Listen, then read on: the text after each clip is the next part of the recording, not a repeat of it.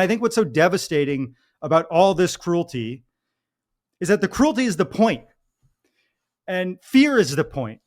And I don't know the number of folks who ask me if we should be worried about ICE showing up at the game today.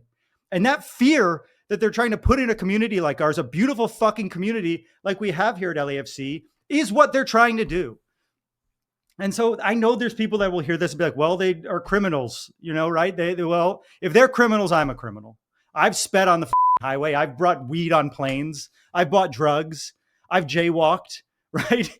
I drank underage. I've done a whole bunch of crimes. And if I got caught for any of that shit, I would go to court and I would get due process and I would be treated with respect.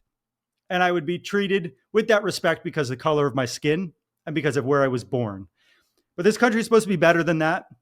And if you really believe that those people are criminals, then they should be treated with the same respect that I would be treated in and given that same due process, right? Because if you're worried about law and order, the way to solve that is not less law and order. I'm almost done. I'm sorry. And we'll get to it. But back in 2018, I remember I first started being a fan of this team. And I saw an abolish ICE flag in 2018.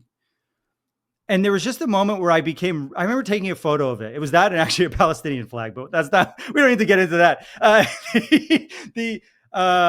I just remember being like, oh, I found a club that represents my values. And it's not just a team. It feels like a club, right?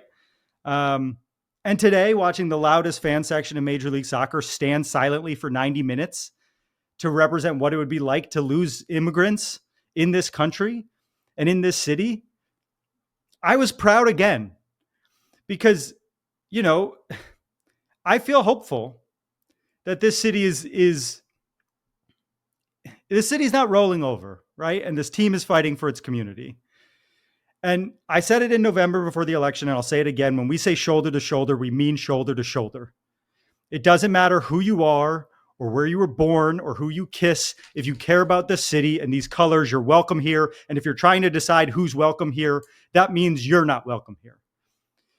And today, watching our fans band together like that, some protesting before the match, I realized how lucky I am to host a podcast about this team in this city, because we actually care about each other, because we actually take care of our own. Because just because I don't know you, that doesn't mean I won't fucking fight for you. And there's nothing more American than that.